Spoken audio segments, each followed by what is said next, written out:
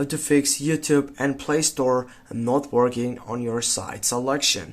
As you get on that side, you need to open up your settings side on your phone. As you get right there, the main point right here, it is to scroll down and go for applications.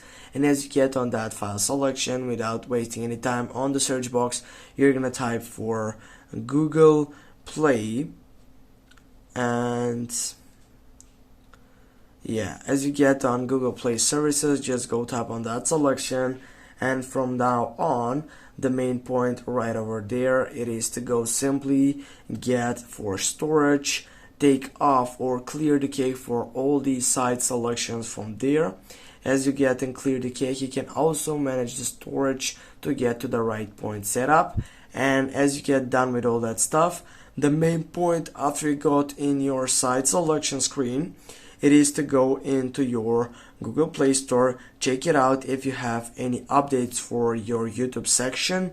If you don't have any updates, you're gonna simply get back right here and then type for YouTube.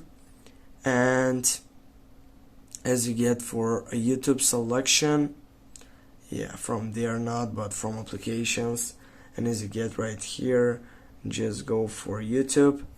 And from there you can simply go for storage, again clear the cake, clear the data and all that stuff.